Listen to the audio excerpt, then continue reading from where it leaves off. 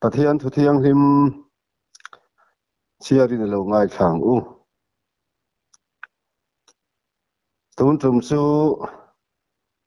kanin pol khom na thu puyatan khwal jin nun ti man kadua khwal jin nun ti hi kan chang ko san tu chiar zui ngal mai la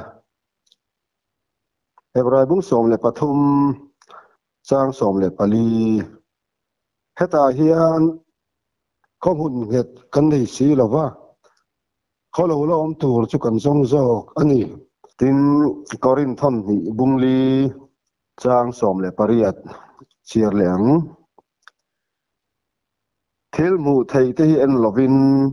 thil mu thei lo te chu kan en zok si a thil mu thei te hi rei lo te atan ani a thil mu thei lo te ro chu chatuan atan ani si a in petera le khathon pakhat na chiar le lok ila petera thon khat bung ni chang som le pakhat lungai thleng du tak teu mi khwal le khwal jin in ni awangin tharau do thin tu ti sa cha na te ban san turin ka ngen a cheu pathian ma kunin chong tlang u lalpa zanin thenga I khoina wang chaba nung dama min la zuwa hi amak kan ti bo ra la kan om lo hi I za ngai na wang liawani ilai na te kang lang akan ngai lo wangin athar ze thin tu tinin irin om na ro puya lalpa na chu kan chan pual lo ni lo lang chuan kan din mun tur hi eng tiang takarap thak ni ang mo zana hian khwal jin nun ti thu mangin kanin pol khom le don ta sunglam le polama men ma pa min be na tur zong zonga I thil ti theina in min lo dai dan sakla thungai thatu tur zong zong te asoi tu nen lam eng lai po nang ma mo reng che kan ni a he kan khwal jin na khowela hian thi thut thei accident thut thei lung phu chaw la thi thut thei reng kan ni zia ria in ring renga eng lai po I nen lo theng thei reng tura he kan khwal jin ram khowela hian phim khur taka khwal jin do khwal jin tha khwal jin ni lo khwal jin en ton ka kan ni theina turin zalina I thu cha kan ngai thak tur mang hian a soi tu le thungai thatu tur zong te khwal jin nun tan tur dik tak kan thiam theinan dam chu ni chiar dan tur min jir tila yaro pui zia iman moto zia khovel hun thato lo zia langin khia thatila tharau chatak lalpa min ba tira tharau thiang lim la chang lo te pon tharau thiang lim an chan theina turin le he khowela hian mi khwal jin anga lo nun thiam lo chuti anga lo in ngai reng lo ten om mai thei an lo omani chuan khowela hian nangwa chi de ka phim khur takanunga khwal jin le mi khwal ho thut theireng an li zia an riat chuwa tharau lama mal somna le hlo na tharan lo nei na turin I thu kan ngai thak tu le kan puan turte yaro puinan mal mi som sakang che lali som hingin kan di le khowela hian cham rei pol kumza te kum som kwa te an chama chung po chu mi khisel pilor mi van nei fal an ni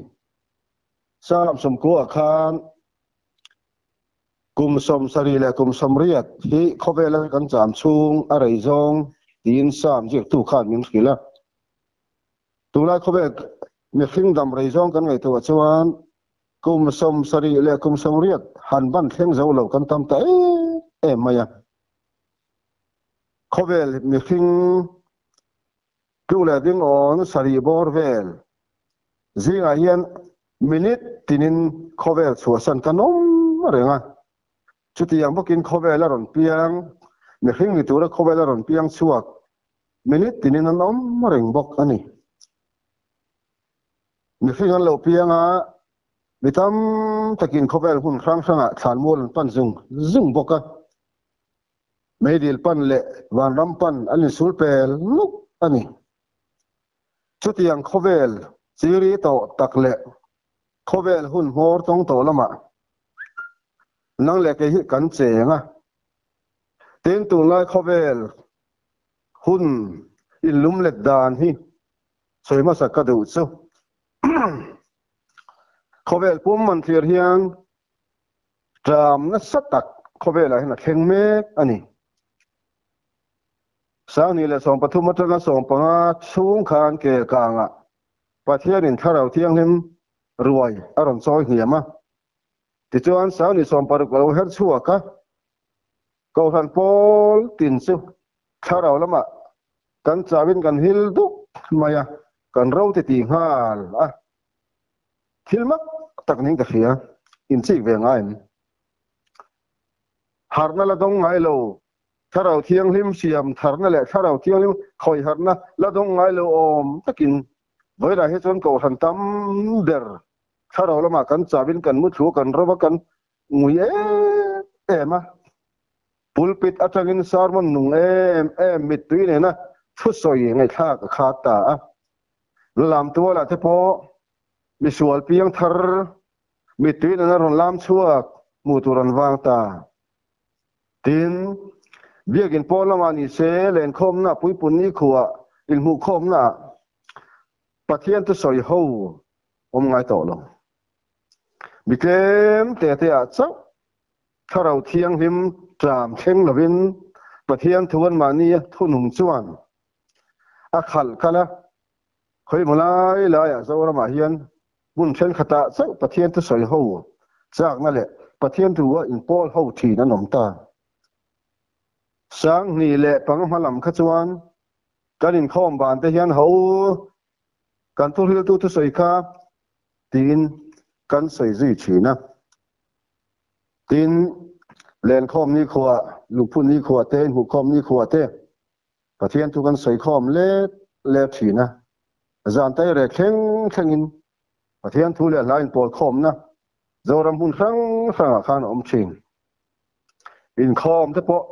tharau thiang hi min uapa min hroya min chen chil zia atakin alanga hla pakhat ringot bo voi som ni don kan non tluka thu hil tu te an tuya an thu soyan chenga biagin thengai lo ten biagin an pana khotlang a thovenga chung ku boruak anuama ko than ni sa nung sur maya zoram tlang tlon mai hu tharau thiang him uam na van azalena karin thalela ring tu te karin mangaya karin pezo na sem dam abel thi tin pentecost lia tharau thiang hima khatte ang mai khan indu sanin kan khathin chu Philadelphia nun ein mangai ton na nun chu tulai khowela chuan alo ka hiam ta maya ring tu te po karin thalel mak to lova chung kwa thenom te po khowel changka na le maso na ken tel cell phone computer en no mawang hiam karin kom thei to lovani he khowel maso na hian thiam takin min hai thena close knit society engeni mizo khotlang nun chu in payzone so me in thartim in thalelem ema in hang rial in serial aya bar za thin kha tuna chuan namdang nu nang mai hian kan in le lo in sitre tilovin kan ril ru kan ngai tu na chu chimle mara hoi ta hu lo mai ni kan sual wang ne lovin khowel ma so ne le chang ka na ken telani chatiang chuan khowel puma hian pathian thu le tharau lam thil hian mitam zo thu le la huna chang to lova reng tu rongbo tu thin tin in khom pe em te po atam zok chu biagin po lama an choril na pathian thu nung to lova thilunga khaliam kai na soi thin tiang main pathian no soi chak to lo và làm thil thale to lo và ram ngai tu ngai to lo khem hule me dil rap thak tur zia po ngai tu to mia lova khovel om len tu mang mai ya khovel hi ka pa hone mot ti tak maya lung bor bor mai tu ma ba kher lova tu ma ba ngai tu chuang lova ma ni ma zo na sak em akla na athi ma var tholova nei bel zel du na khovel ma son chang kang to lu tuka kan lo lu ta ai gup ta rama so se fa din hun ro pui taka hlang kai ani lai khan tra matla apa te chung kom na kanan rama po ai gup ta ram ain tram atana sa hlei heya tin samari kho apo tra matla tram tlak lai chuan buai na le mangan na le in hian ngo na ana sa thine em tulai khovela po hian han anila koran chunga po bian po lama po pol chua ka po eng pol ama pe mai po hian tharau tram a khenga koran nung em leng khom tlaiwar zai tlaiwar khia tur thom om talo kan khodai bethel te chu are hen are vung vung to maya lam lian le khola ya tharau thiang lim le khoi harawa nga suan in khia aw te hena puang thom te khiat om talo pathian faka tuye ema lungleng ema lalpa fak thom khiat tur khata unaw te tu lai thilom zia hi kan ngai tu ngai mo manipur boru te kan khia saka barmaram boru te kan khia chutiang zelin khowe ram zau zau khir chuan Israel athen omram China le America China le India in nge ngau na in pong ne na in ngei lo na wile kel khun pulang mai hian khowe hi tuam ta sia la chitin reng tram khileng hur herna sum pathian na mali masial na khovel kha hlel na pathian omrin lo na satana biak na mani thu om chang na cell phone pathian na cell phone a chil na tin milar a chil na celebrity syndrome ti te technology mania khovel changkan maso na a chil na te chutiang chon syndrome ti rang engeni thil ti rang a chil na lu chil na buai pui klut na virus alen sa ta em mai ani khowela hian om len turang mai om nung bor ngam mirel ru na tur po ni sela an lok na tur ni chuan mirel ru tin an po poisa lova nung bor ngam te khowela na lo suak ta unaw te ul na le ke chu Christa om chatua lungpui Christa insa kan ni chuan he thil hi zala hian ingai tuang u ti sa chana do thin tharau thiang lim mi zia hi tin chu tiang tharau thiang lim pon kan ti sa mi zia do ba e thin lung mi zia i mi khin na le nang ma tharau thiang lim kha in do rengan ni cho bangin thau zok i mi khin na pian pui kha fano pang zok nang ma tharau thiang lim khan athunun zel lo chuan khowela hian khol zin lunin inung thiam lama khowela hian om len tumang main khotual lunin inung don ani rin na faklo hebra pasal tha te chuan khovel hian thia khovel hian bel chianga tharau khovel rin mitin an thira khowela hian chide kin anlunga khowela anlung ve bor ngam lo athan chu relo te khovel hi an chu san thuai dom ti an khia khovel hi chu relo te an mi khol naram ang lek ani ti an khatawa rin in thilan thira rin in malaman pana tharau thiang him khiat tira chuan khovela hian ati kang lang ani tharau khuin an oma pathian thulung chuan an sung rilama amu ta lun lo tur rama hian an thi san le tur khovela hian rei ta kan om don lo ti an khia tin le lun lo tur khovel thila hian eng ma il nga na tlak tak om lova nun him na tak tak thamo na tak tak lungo na tak tak in nga na tlak pathian ai than tur dang aum lo zia tharau nan lo phachiang ta khomun het chatuan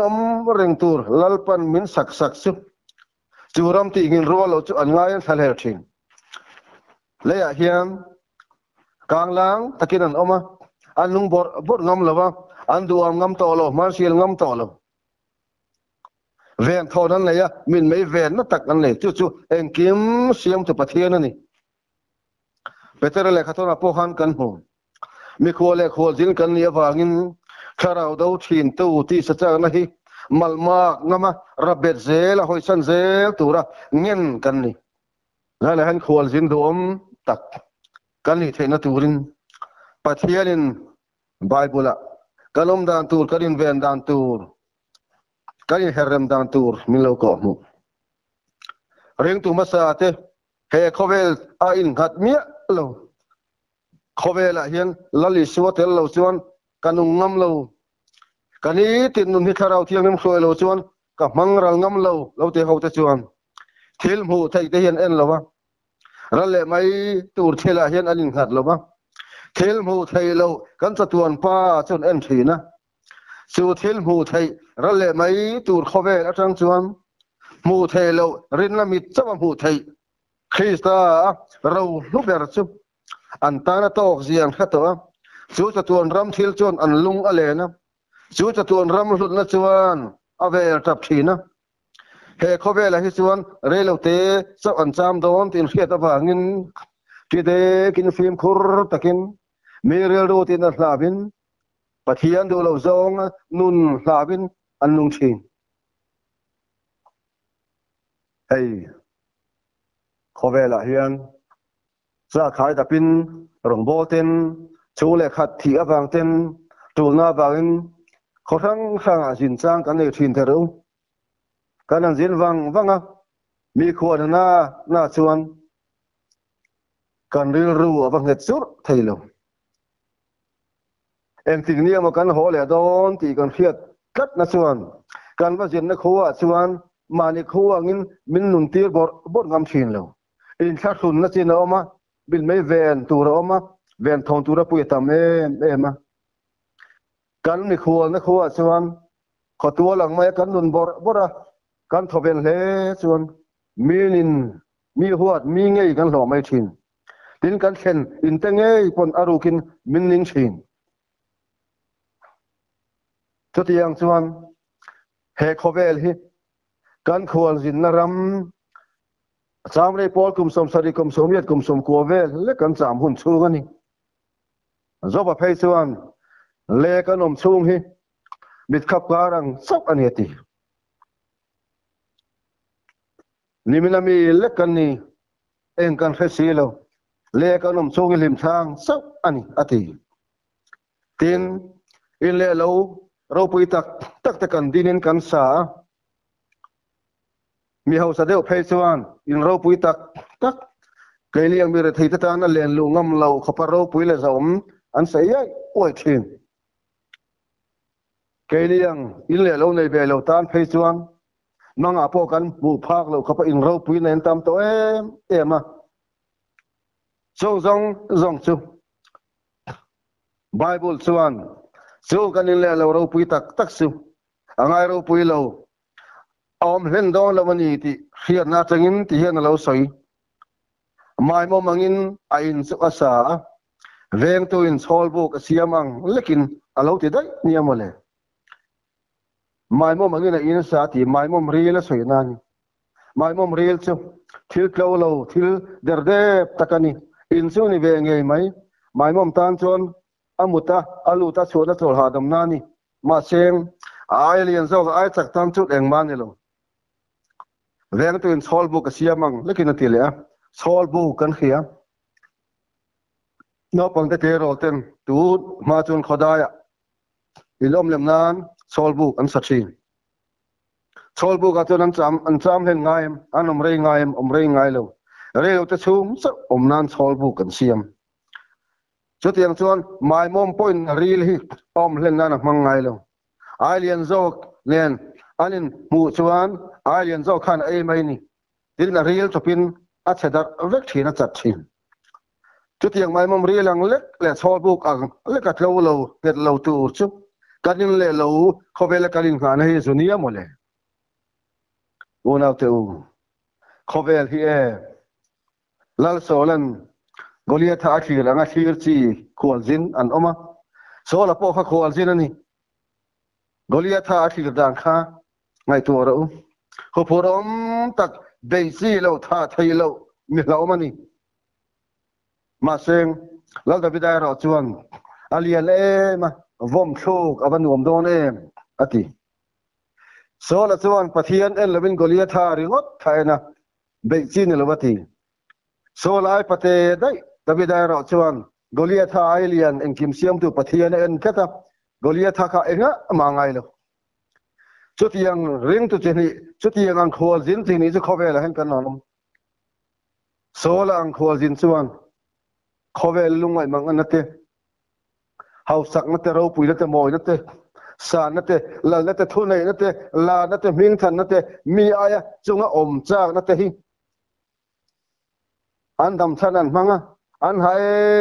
em chu tiang nei chak chuan athima ba thulovin an nunga zan mu lei thei lovin choi tui thei lovin thei top chuin khowela hen in hai vu na nuam em oma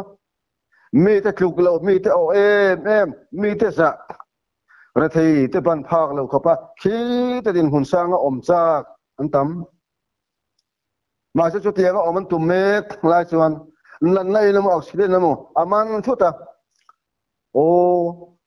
nimin kha chuan ka mu sin mole chu tia lo thi tak thut kha ti han to le fo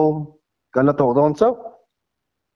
tin khua jin ti dang khua jin van nei khua jin fing lal David a te ang chuan an khua jin hun chu re lo te a khan en kim siam tu pathian an ena en kim siam tu pathian min mei avenga han petek zeu ma sela atlu ma aya ro pui zo thil pathian mangai na aga pe tho le pui awangin lalpa pathian ka thilung pumi ti hial khopin David a khua jin nuna nung chuan pathian a sau in ha atu to ji khena thole ta khwazil ve ni Goliath po khwazil ni sola po khwazil ni sola le asipai ta po khwazil ni David ale asipai ta po khwazil vek ani kan ma khan khwazil tam tak he khovel lo cham to kan hu ma in flukana khovela hota buhilta an tam mai với là po hiền he khovel an kan la cham ria mi khwal angin kan oma mani khodai thewa hian in tluklan na mun na oma so in tluklan na huna chuan mi hausa le bite ani tluklang to dona mi ro pui la eng manilo ani tluklang to milar le minaram hausa le re thei mi fing le mi mol kan khodai in tluklan na khopuya son kan in tluklang to dona ni so kan in tluklang na khwa su enge than mo la ni than mo la chuan kan in tluklang vek to thina chuan min chok rol don chu kan khodai in tluklang na khwa eng ti ka mo thon kan la thleng don ani u nau te kan khwa jin hun chung hi eng tiang a rei nge kan khelo te ro sam som pakwana khan mo chang bula thangin ni tina kan hun man hi kalopian chuatanga kan luka cha thleng hian ni le kha chun le zan hian kan dam lai kan thil ti zong kan nun dan zong kan hoi her kan ngai tua kan soi chua an lo record char chun le zan hian an chin chia aveka nakina ro re lania nikin nia lalpan meya mitin min fiania chuan pholan ani to don ani choti huna chuan kan thil ti kan tura he kan khwa jin chu re lo te kan tura chu kan la seng don lal so la khan ti salama athe aseng don ani choti angin lali suwa aya khovel thil thang kharau thiang lim suwai aya mani fin le rem khian le mani hausak na le mani chắc na a in khuai te chút tiền đó po chuan nikin nian chan chin an la soyanga tir ko pola te mausia te daniela te josepha te ren tu masa matar ho sakina se hlum te luan tan sak khei puyan se hlum khayan vi hlum men hal hlum anum chuan phum te po khan an chan chin an la soidon kan tura mitin hin kan la seng unaw te u khual zin chi ni khovelan kan nom khual zin chi khat chu lungpui chu ngai insa khual zin pakhat chu triau dop chu ngai insa khipui le tuilian in nuai ve ma sela triau dop chu ngai insa chu tui lo liana khipui lo thoka aron nam sop soka alo tluta buai maya asop chu na satak ani lungpui chu ngai insa po kha khipui le tuilian in nuai ve tho ma se atlo lo hing lo a foundation na sakna hun kha lungpui ani tlat khual zin a le khual zin fling ani khual zin a mi khual a jok chuan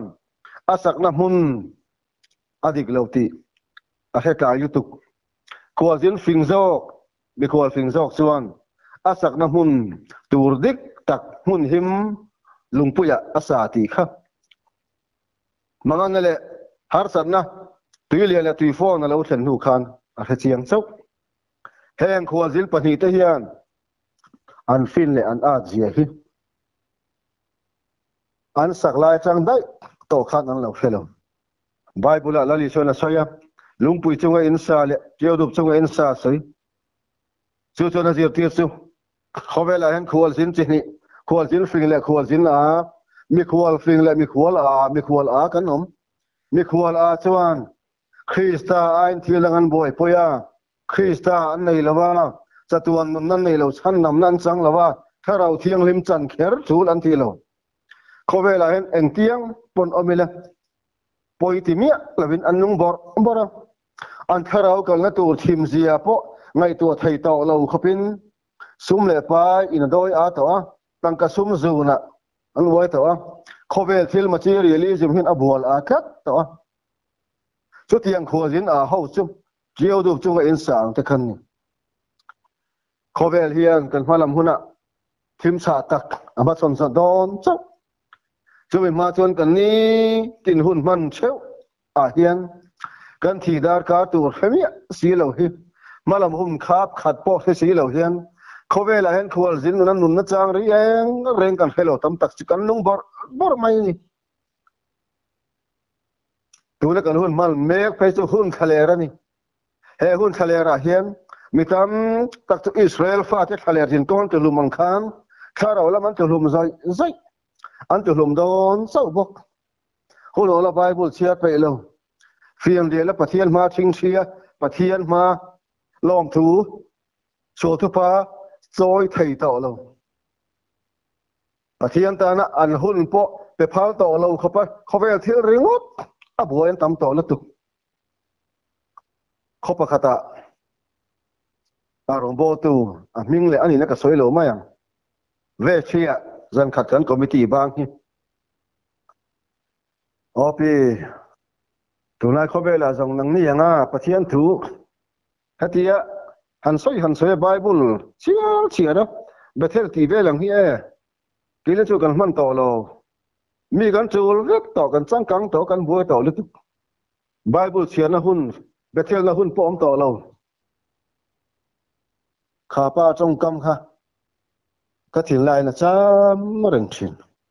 i hun ti thiang lim la lalpa pol fo ro ti te kha ka ri ro lo lang le thin adik tak chuan e unaw te pathian pol na na bible chia mel na na kan thil tul kan na tul kan kal san lo phal zel don ani chuan pathian tan hun kan pe phal lo zel don ani chuan fiam rial na le chung ko po pathian na lom chu soi na kan na tul kan kal san phal lo zel don ani chuan kan la nam han don kan la kan sar man don kan la tv man don lung phu to ling kan la thiman don hei riang tu lai khovel phisiak to lo taka phei hi chuan e mut thu na tharau in tha na tharau hi aba thok na sa em thilung ti chalol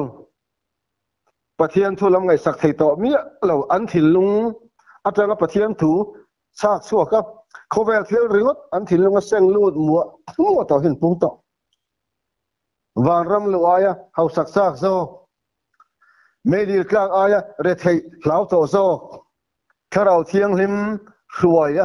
nom zia po ngai tua chang to lo khapa anuai tel ne ya lom hlum lo chau ring tu pung don chau chu vai no dam lai hun ang kha kal ma hen om to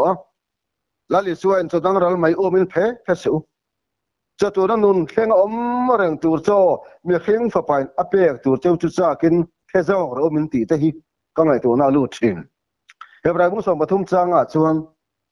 in rel ru pu zia chu tang ka ngai na tel lo ni ro se kan hu kan top don tawang lalfing ber laro pui hau saletuk solomon khan thu thil tu bung so pani azia chunga hiam a thunon chu engma lo mai ati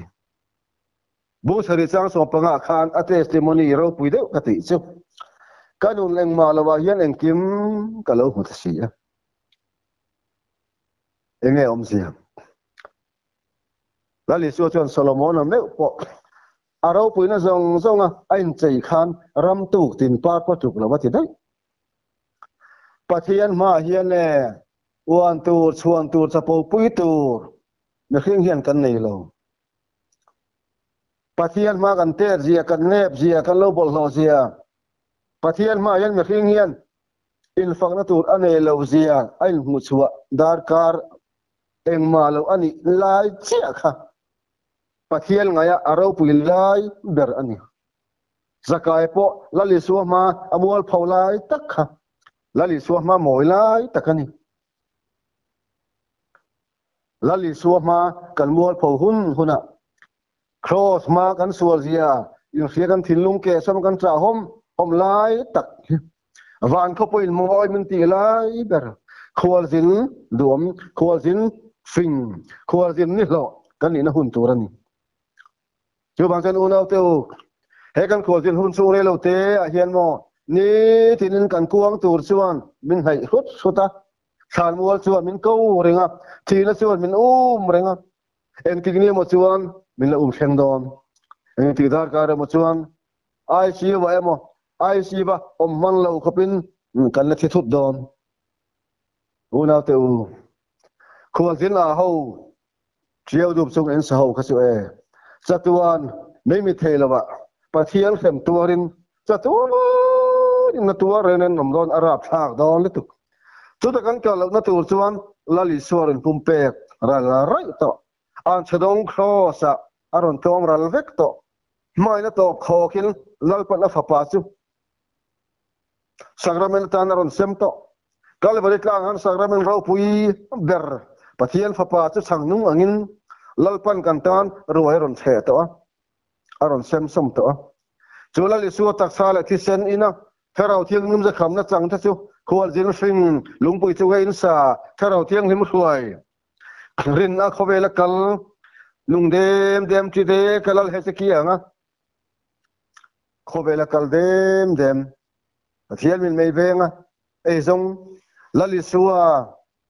lena engkim te thin te anni chu tiang khwal jin du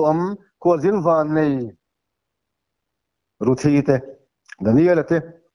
ring tu ma sa te ang chu lumpui chu in sa anni van kho puya khian anbalom le zo don em unaw te u khowela hen kanom rei don lo pian thar har tel dona tharau thiang lim au e har tial tel to ke nge po hi ni tin min kan lo hen ka bethel thin huno la bible ka share mel thin enga tinge saklai nei lo khapa saklo ka ni van mi chak pathian ka momo in le lo ka nei lo benga cheng khan ma ka nei lo ma seng e kahim em kalom em mi heo sa te nan zon vut lungo na hi rali suwa kanai to mi chunung milar le mi thil di thei te nan zon vut hamon le lom na kim hi ka khwal jin ko ga min khuai tu ka khwal jin ko nga ka chuan na long khal tu lali suwa hian min peto ni ai po eng zo lali suwa ka thil lunga a enga pial ra ni eng moi chuan he ka khwal jin kom ko har kha taka kamit tui far te min khu khul sakhin ona teu chu khwal jin duam kan ni theina tu chuan kan dam chhuni atlak ma nge ya kan dam lai ni herliam ma nge hian ne kanun kom min khuai tu tan hian ye chatuan ni Krista chatuan arsi hi ebuanang le arsilian an herliam to kan chatuan arsilian lali suero hi chu kan ni ka to ngai lo tur kan tha herliam to ngai lo tur ani tu lali suwa chu i khwal jin ko nga hian e thian thabera lo hmangro ain thir om lo ilung oi lo na ilung ai be non na i chau na iru ro hana zong i purit zong len khang khwal jin wak ba te le khwal jin be dong te khwal jin lunga in dom kun ngoi te tana counselor saber doctor saber lali suwa hi ama lo tu lu roi ro he khobel kan khwal jin na hian engma chuan puita in na len na tur ken san len tur om lo relo te lima ato palungai be donga om turin chatana hian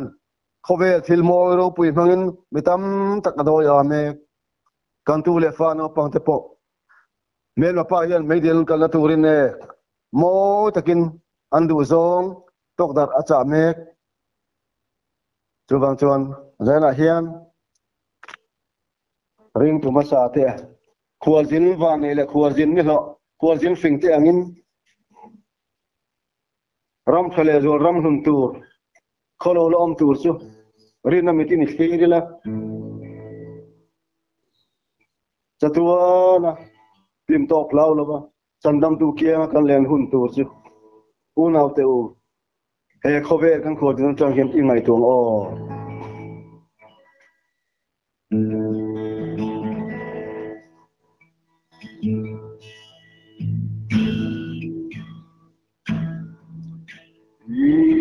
local do em lal pa ban ke in tuam ve nam ram le ve kan ai abang ne mo sai khiang di ma ne kan wa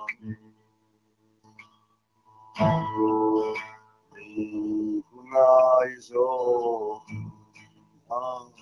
gom zo chatuan ram su ni tin mian khem khatinan tam kum tinan pung ze zion kang chu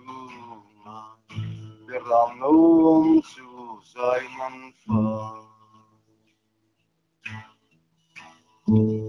chung lam zeru salim tharki yang jumte opuyani ta chuang lali manuelan rovarele pansai on ram suka ngaile jualchi kunai zo zok zo tuan ram su ni tin yan khen khatinan tam phung tinan phung ze zion kam chu ram nom chu zainan fa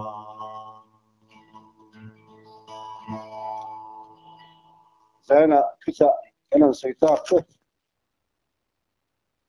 khwal jin dum tak khwal jin ni lo kan dam lai ni tlak don po lim le lom taka san nam tu isu ma tlang ne taka kan hole the ka turin tu cha ngai tu te jong tan thara mal sop na lo ni sela le a jan ko le ko zin mai kan ni zia a thara kan in khiata chu ko zin ril ru kan pu the na tur chuan kan zawa in tharau thiang himen kan ngai tu na jong min ni sak sela ko zin van ni kan ni the na turin kan thu cha te lalpan ro pinan mi som sak ro se Amen.